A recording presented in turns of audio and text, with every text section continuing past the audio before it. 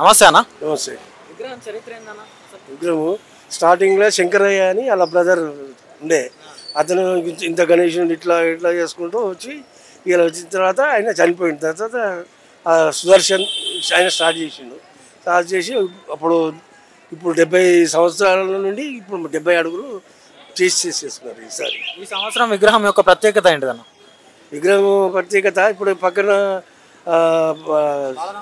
బలరాముడు ఉన్నాడు, ఇక్కడేమో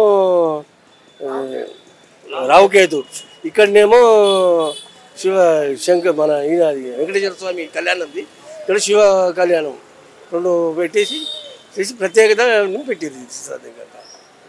ఇక్కడ వస్తున్నటువంటి ప్రజలకి ఎలాంటి సౌకర్యాలు చేకూరుస్తున్నారు? ఇక్కడ బాగా అన్ని సదుపాయాలు పెడతారు, నీళ్లు, పులిగోర మంచి సౌకర్యాలు చేసి పెడుతూనే ఉంటుంటారు. రోజు ఇక్కడ వాలంటీర్స్ కానీ అంతా బాగా సిస్టమేటిక్ చేస్తారు. పోలీసు కూడా మంచి మనకు కోఆపరేషన్ చేస్తుంటుంది ప్రతి దానికి. ఆరోగ్య కేంద్రాలు ఏమన్నా ఏర్పాటు చేస్తారు ఇక్కడ? ఉంటుంది ఆరోగ్య కేంద్రం, అంబులెన్స్ ఒకటి ఉంటుంది, ఇవన్నీ ఉంటాయి.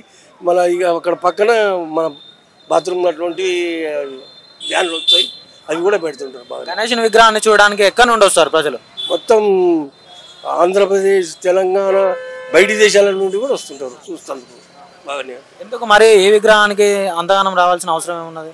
అంటే ఈ విగ్రహం 70 ఏళ్ళు అక్కడ అంత ఎత్తు ఉన్నది కదా, చాలామంది కనీసం చూద్దామా అన్న వస్తుంటారు.